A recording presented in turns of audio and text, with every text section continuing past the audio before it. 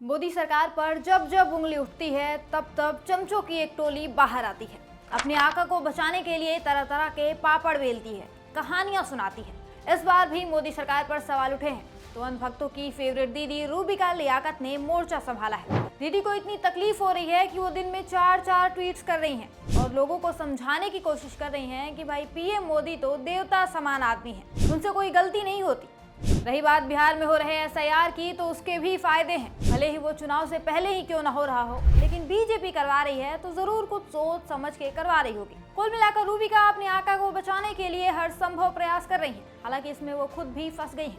दरअसल हुआ ये कि मानसून सत्र के चौथे दिन यानी कि आज भी सदन नहीं चल पाया, क्योंकि विपक्ष लगातार सरकार से जवाब की मांग कर रही है और मोदी सरकार इससे भाग रही है। इसकी वजह से सदन नहीं चल पाया। उधर संसद के बाहर मकर द्वार पर बिहार वोटर वेरिफिकेशन मामले पर लगातार तीसरे दिन प्रदर्शन किया गया। सोनिया गांधी भी इसमें शामिल हुई, तो वहीं प्रियंका गांधी ने खतरे में लोकतंत्र लिखा पोस्टर लहराया। विपक्ष ने पूरे जोरों शोरों से प्रदर्शन किया। इस दौरान राहुल गांधी भी काफी अग्रेसिव दिखे। उन्होंने यहाँ तक कह दिया कि मैं चुनाव आयोग को संदेश देना चाहता हूँ कि अगर आपको लगता है कि आप बच निकलेंगे तो आप गलत हैं, हम आपके पीछे पड़ जाएंगे। इस दौरान राहुल ने यह भी कहा कि उनके पास चुनाव आयोग के खिलाफ सबूत हैं, जिनसे वो पूरी तरह एक्सपोज हो जाएगा।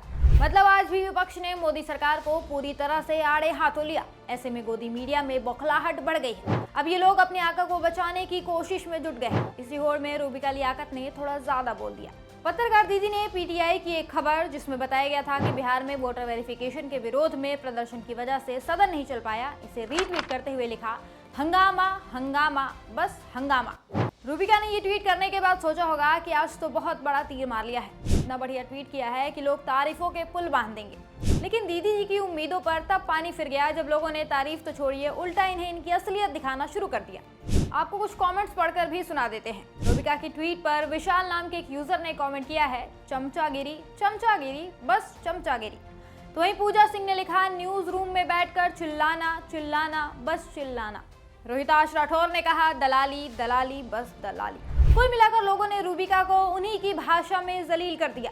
लेकिन आप बेशर्मी देखिए, इतने के बाद भी दीदी जी को होश नहीं आया, इन्होंने अपनी चमचागिरी जारी रखी। इस ट्वीट के कुछ ही मिनटों के बाद रूबिका ने एक और ट्वीट किया और बताया कि इलेक्शन कमीशन ने 23 जुलाई 2025 तक का डेटा साझा कर दिया है, जिसके मुताबिक बिहार एसआईआर में 98.01% मतदाता कवर किए जा चुके हैं।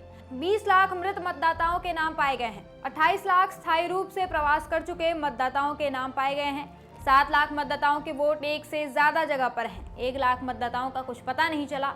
तो वहीं 15 लाख मतदाताओं के फॉर्म अभी वापस नहीं मिले हैं और 7.17 करोड़ मतदाताओं यानी 90.89% के फॉर्म डिजिटलाइज्ड हो चुके हैं। अब आपको चुनाव आयोग के इस डेटा के पीछे की सच्चाई भी बताते हैं।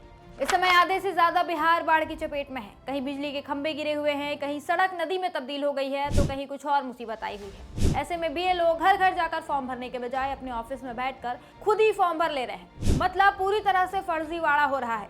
भाजपा गरीबों के वोट को काटने की कोशिश कर रही है और ये जो गोदी मीडिया इस पूरे प्रोसेस को सही ठहराने में जुटी है, वो भी भाजपा की साजिश का हिस्सा है।